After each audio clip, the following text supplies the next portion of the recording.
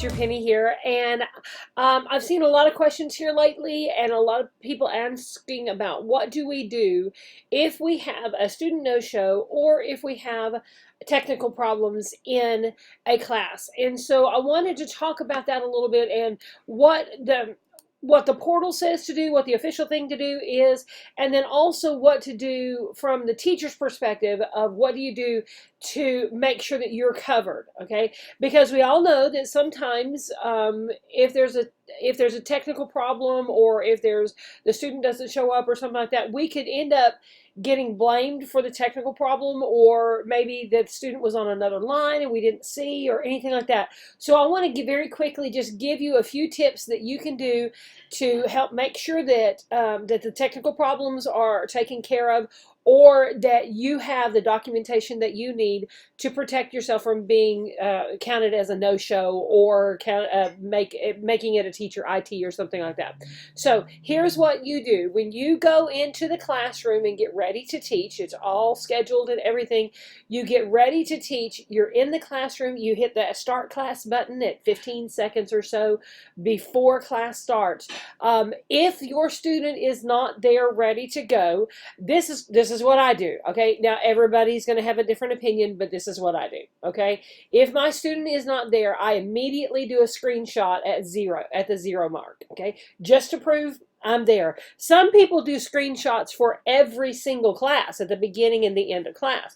I usually don't unless there's a problem. I probably should, but I don't. Anyway, so I do a screenshot. If you're on a Mac, that's going to be Shift Apple key 3. If you're on a PC, gosh, I used to use a PC all the time. Shift Command Print Screen, I think is what you use. I think that's right. Anyway, so if you can do a screenshot for either one of them, and it will save it into a screenshots file, okay?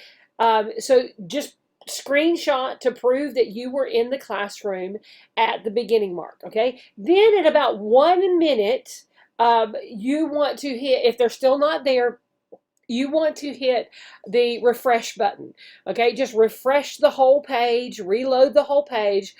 You can also switch lines, okay? And when you switch lines, maybe for some strange reason they are on another line. Who knows, okay? But just cover your bases, okay? And switch the lines, refresh the page.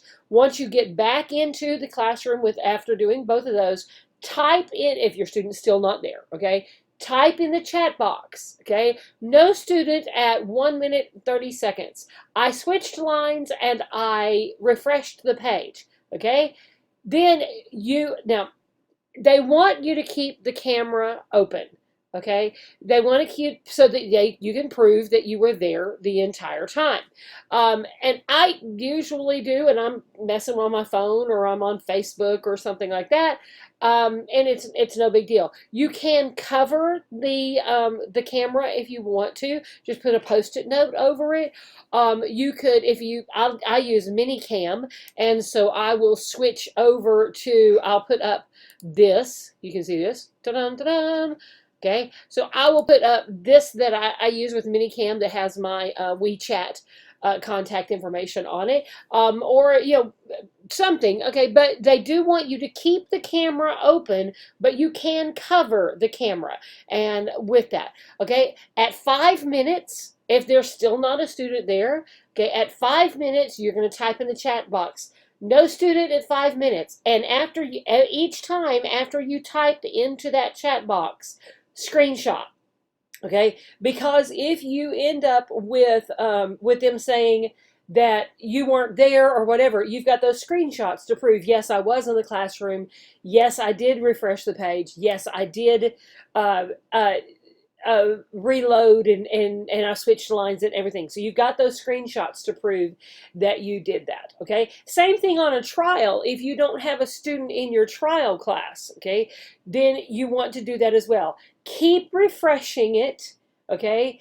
Keep, maybe about every 5 minutes or so. On a trial, I would refresh every minute, okay? Because they can replace those trials very, very quickly and you don't see that they do, they usually will refresh the page and the student will show up. But you need to make sure that you do that. So if it's a trial or just a student no-show for a regular class that's booked, refresh that page about every minute or so just to see if they have reloaded the page in there, at least for the first 5 or 6 minutes, okay? Now, if you're in a trial class and you still don't have a student at about 6 minutes, you need to go look on your classrooms list, okay? So what you want to do is you want to have VIPKid going in the app, because of course we have to use the app now, and then have Chrome open on the VIPKid portal there, where you can flip over to Chrome and take a look right quick at your classrooms list. Refresh the classrooms list and see if it is already marked student no-show. Once it is marked as a student no-show on your list, you screenshot that, okay? Screenshot. When I say screenshot, let me make sure that you are making the screenshot on your computer, not by holding up your phone and taking a shot of the screen, okay? If you do it this way, it does not have the official timestamp on it.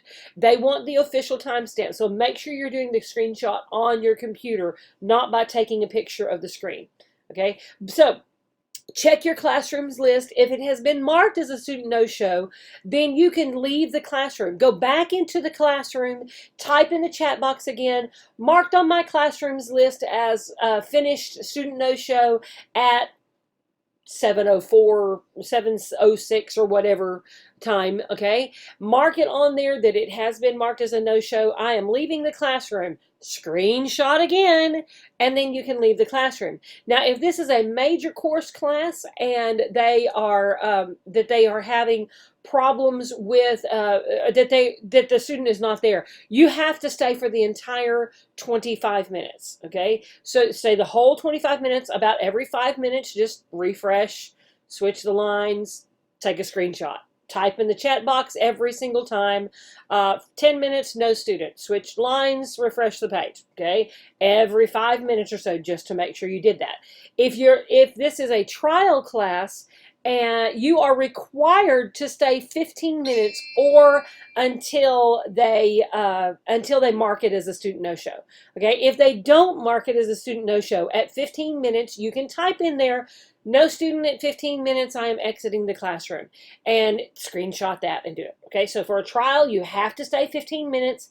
If it is a major course class of some kind, you have to stay 25 minutes, or until if it's marked as student no-show on your classroom's list, then you can leave as well, okay? Now, if it's marked as student no-show before class starts and it's a major course class, you don't even have to go into the classroom because it's already marked as student no-show. Student no-show, I can't talk. Okay, but if it's a trial class, be sure that you go into that classroom, because they can and they will switch those at even a couple of minutes into the class. So make sure that you still go into the classroom to do that. Now, if you have technical issues during your class, if your student can't hear, oh, I didn't say this, but for a no-show, we do not have to contact the firemen. Okay, you can if you want to, but you do not have to contact the firemen. I usually don't on a no-show. I just sit there and wait. Okay, sometimes the firemen will come in and say the student called in and they, can't get to class or whatever, class is canceled. And when they do that, screenshot, and then you can leave. Okay, now if you have technical issues, you're going to do the same process as far as typing in the chat box what's going on, but this time you are going to contact the firemen, okay? So contact them, tell them what's going on. I can't see the student, I can't hear the student can't see me, student can't hear me, whatever. And each time you type in there, screenshot again, okay? Try to screenshot. Now, the first thing you do, if you have any kind of technical issues, the very first thing you do is you switch lines, you refresh the page, okay? Sometimes that will clear up the problems, okay? But if you do that and you're still having problems, type in the chat box what's going on, contact the firemen, get them to come in there. If you can hear the student, if the student can hear you, keep going. Keep trying to teach, okay? Even if they can't see you, or if we can keep going any at all, we keep going. I have a student I've had issues with the last 2 classes, and we did a whole lot by typing in the chat box and telling her, please read, and circling what I wanted her to read. I could hear her, she couldn't hear me. No, the other way around. She couldn't hear me, I could hear her, and so we continued with class even though we weren't able to do a whole lot of that. Do as much as you can, even if one or the other is messed up. Okay, so do as much as you can. Screenshot, contact the fireman. Sometimes the fireman will say, can you stay extra to make up for this lost time? I want you to understand, no matter what the firemen tell you, you are not required to stay past 25 minutes. Now, there used to be something that they said they wanted us to stay until 28 minutes if there were technical issues or if the student was late. However, that has now been removed. We are not required to stay past 25 minutes. Even if the student is late or even if they have technical problems, we are not required to stay past 25 minutes. We are only required to stay there until that 25 minutes. So if you end up not being able to complete the lesson because of technical issues, because they were late, because whatever, okay, put in feedback, that because student was 8 minutes late or whatever, or we had technical problems, we were not able to complete all the slides. Please review slides 22 through 26 or whatever it is that you did not get to. Put that in the feedback, okay? Make sure that you put in the feedback that there were technical problems or the student was late, okay? Because if they come back and try to complain that you didn't finish all the slides, you have proof in your feedback that they were late or that there were technical issues. Also, if there are technical issues, do not apologize. Okay? If you apologize, in their culture, they see it that you are taking responsibility for the problem, for the internet problem. So what you want to do is you want to place the blame squarely on VIPKid. Okay, so what you're going to do is in the feedback, you're going to say, apparently VIPKid was having difficulties with sound this morning or whatever it was, okay? And we had a very bad connection. I could not hear little Johnny for a little while, or he couldn't see me. I hope that our connection with VIPKid is better next time, okay? See, put that all onto VIPKid, not you. Okay, but do not apologize for it. Okay, but definitely put in there if there were technical issues. Okay, if you do get a feedback complaining about some kind of technical issues, then you've got your screenshots to prove it's not me. Okay. Also, if you are having technical problems, try to run a speed test right quick. Okay. Go over onto a browser, pull up speedtest.net, run a speed test, and see what your internet speed and what your ping is. Screenshot that. Okay, so that you have proof of that as well. And so you can prove that it's not my internet, it's theirs. Okay, so prove that as well. But hold on to those screenshots. Sometimes you will see that your class may have gone fine, and you look back on your classroom list a couple of days later, and lo and behold, look, you've got a teacher IT. Okay, and what has happened there is that the parent complained of something. Okay, the parent complained, maybe their internet was slow, maybe something like that, and they complained to VIPKid about this technical issue, and VIPKid blames it on you. Okay, what that means is you don't get paid for that class that you just taught. Okay, so what you need to do is go send in a ticket. Okay, actually, you're not going to do this on a ticket. You're going to do this on go to classrooms, all classes, and there's a button at the top that says something like change finish type. Okay, and so you click on that one, you select that lesson that has been marked as a teacher IT, and you put in there this and this and this happened, and here are my screenshots to prove that I was there and that I taught the entire lesson, and go back and fight it, okay? Because you taught that class, and you want to be able to get paid for that class, okay? And tell them if there was a problem here, it was either on the student's connection or it was on VIPKid side, but it was not on my side of it, okay? Unfortunately, they don't like to change those, but you can try, definitely try. And it may take 2 or 3 times sending in screenshots to ask for this to be changed before they'll finally listen to it and change it, okay? But try that at least, okay? So keep those screenshots until, at least until you have been paid for your classes. So, at the end of the month, you can, once you've been paid for all those classes, they're not going to go back and change things from a month ago. Okay, once you've been paid for those, you can delete all your screenshots with that. Okay, so I hope this clears up and helps you understand how you can protect yourself and how you can help VIPKid to be accurate in their recordings of what you've taught and what you haven't taught. Okay, so this is just from over 2,000 classes that I've taught and how I've learned to protect myself and how I've learned to help other teachers protect themselves. Screenshot, screenshot, screenshot, and then screenshot again. Okay.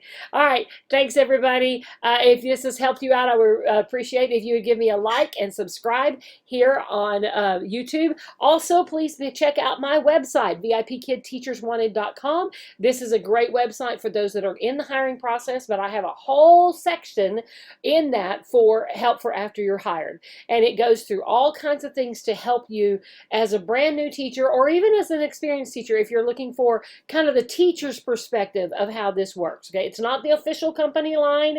It is a teacher's perspective of what really works in the classroom. Okay, thanks so much, everybody. Bye-bye.